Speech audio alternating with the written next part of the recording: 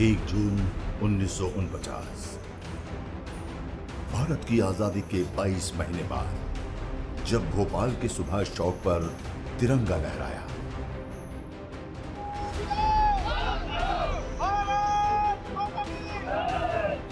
ये महज एक तस्वीर नहीं है, ये दस्तावेज है। दस्तावेज उस आंदोलन का जिसके एक नहीं कई नायक हैं। वो नायक जिन्होंने गुलाम भोपाल को आजाद भोपाल में तब्दील कर ही दम लिया। 15 अगस्त 1947 लाल किले पर फहराए इस तिरंगे ने अंग्रेजों की गुलामी की जंजीरों को तोड़ दिया था। देश आजाद था, चारों तरफ जश्न का माहौल था। मगर भोपाल में सन्नाटा पसरा था। भोपाल आजाद नहीं हुआ था और ना आजाद होने की कोई ख्वाहिश थी। भोपाल के नवाब हमीदुल्लाह खान भोपाल को हर हाल में स्वतंत्र राज्य रखना चाह रहे थे। आजादी के जश्न पर रोक लगी थी, मगर आजादी के मत वालों को यह मंजूर नहीं था। एक सवाल मन में कौंध रहा था, आखिरकार वो क्यों नहीं है आजादी की खुली हवा में सांस लेने के हकदार। सरफरोशी की इसी तमन्ना के साथ शुरू हुआ एक ऐसा आंदोलन जो विलीनीकरण आंदोलन के नाम से पहचाना जाता है। आंदोलन की कमान थी युवाओं के हाथ। डॉक्टर शंकर दयाल शर्मा, नित्य गोपाल शर्मा, सूरजमल जैन, प्रोफेसर अक्षय कुमार, भाई रतन लाल, लक्ष्मी नारायण जैमिनी, प्रेम श्रीवास्तव, बालकृष्ण गुप्ता, शांति देवी, बसंती देवी, मोहिनी देवी, पुष्पा चारूपा, ये वो चेहरे हैं जिन्होंने भोपाल को आजादी दिलाने में कोई कसर बाकी नहीं छोड़ी। राह इतनी भी आसान नहीं रही। भोपाल के नवाब ने आंदोलन को कुचलने की भरसक कोशिश की, मगर ये ना तो नवाब की पुलिस से घबराए, ना ही लड़खड़ाए, बल्कि पुरजोर तरीके से दमनकारी नीतियों का सामना किया। 1947 से ही शुरू हो चुके आंदोलन की धार धीरे धीरे तेज होती गई। इस दौरान आंदोलन से जुड़े नेताओं को अंडरग्राउंड भी होना पड़ा, मगर आंदोलन थमा नहीं। इन सभी के अंडरग्राउंड होने के बाद कमान संभाली महिलाओं ने। शांति देवी, मोहिनी देवी और बसंती देवी की तिकड़ी ने आंदोलन की अगुवाई की। जगह जगह सभाएं ली, पर्चे बांटे। अंडरग्राउंड हो चुके पुरुषों के खाने पीने के इंतजाम का जिम्मा इन्हीं महिलाओं ने संभाला।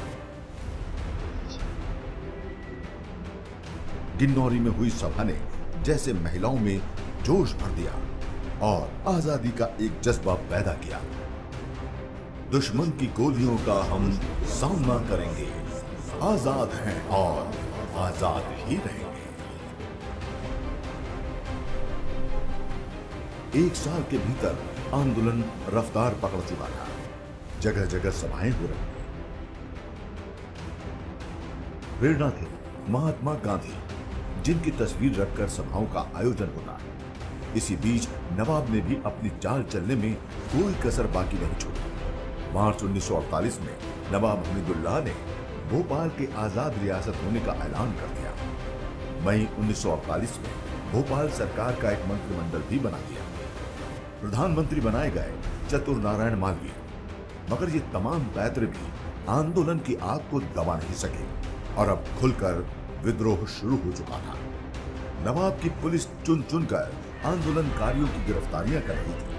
इसी दौरान चांदबड़ के पास आंदोलनकारी जब एक सभा कर रहे थे, उसी वक्त नवाब की पुलिस ने लाठीचार्ज कर भीड़ को खदेड़ा और सैकड़ों लोगों को गिरफ्तार किया। इन सभी लोगों को अलग अलग जगह कैद करके रखा गया।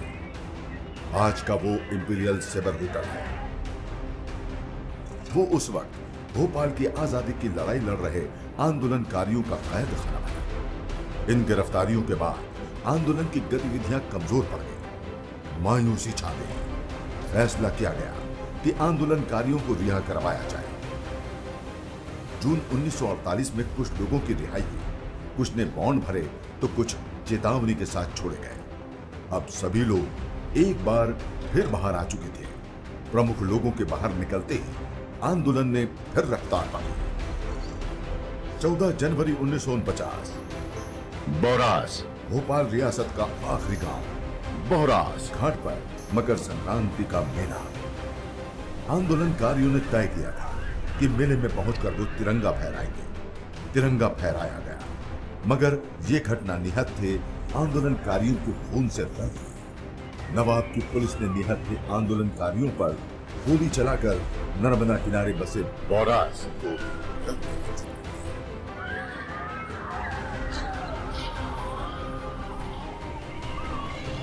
इस गोलीकांड में 16 साल का छोटेलाल, 25 साल के वीरधन सिंह, 30 साल के मंगल सिंह, 25 साल के विशाल सिंह मारे गए और दर्जनों लोग घायल हुए।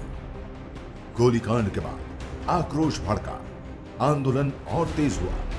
विलीनीकरण आंदोलन की अगुवाई कर रहे नेताओं ने बोरास के गोलीकांड को मुद्दा बनाते हुए मोर्चा संभाला। घटना दुखद थी, मगर भोपाल की आवाम के लिए एक नई सुबह का पैगाम लेकर आई थी। गोलीकांड में मारे गए लोगों को श्रद्धांजलि देने और उनके खून की एक एक बूंद का हिसाब लेने के संकल्प के साथ आंदोलनकारियों ने बोरास की तरफ कूच किया। जीप में सवार होकर आंदोलनकारी बोरास पहुंचे, पीड़ित परिवारों से मुलाकात की, उन्हें सांत्वना दी, आर्थिक मदद पहुंचाई। बोरास में जो कुछ हुआ उसके बारे में दिल्ली तक खबर पहुंचाना भी जरूरी था। इसका जिम्मा उठाया बालकृष्ण गुप्ता ने, जो स्वतंत्र भारत का हिस्सा हो चुके नर्मदा तट के झिकोली गांव पहुंचे। यहां से बालकृष्ण गुप्ता ने तैरकर नर्मदा को पार किया। वहां से 30 किलोमीटर पैदल चलकर तहसील मुख्यालय गाडरवाड़ा पहुंचा और गाडरवाड़ा के तार घर से दिल्ली के पत्रकार जगदीश चतुर्वेदी को गोलीकांड की खबर। ये तार भोपाल रियासत के नवाब की हुकूमत के ताबूत की आखिरी कील साबित हुआ। गोलीकांड की खबर लौह पुरुष सरदार वल्लभ भाई पटेल तक पहुंची और उन्होंने नवाब हमीदुल्लाह की नियत और रीति नीति पर सवाल उठाते हुए भोपाल रियासत पर शिकंजा कस दिया। नवाब हमीदुल्लाह ने हार मान ली और भोपाल रियासत के विलय का फैसला ले लिया। 1 जून 1949 को भोपाल केंद्रीय शासित क्षेत्र घोषित किया गया और NC बनर्जी चीफ कमिश्नर नियुक्त किए गए। इस तरह भोपाल गुलामी की जंजीरों से आजाद हो गया और इस आजादी के पीछे ये चेहरे थे जिन्होंने देश की आजादी के 22 महीने बाद तक भोपाल की आवाम की आजादी की लड़ाई लड़ी। 6 युवकों ने शहादत दी और उनके लिए बस इतना याद रहे, बस ये बात हवाओं को बताए रखना, रोशनी के लिए चिरागों को जलाए रखना, लहू देकर भी जिसकी हिफाजत की शहीदों ने, उस तिरंगे को सदा दिल में बसाए रखना।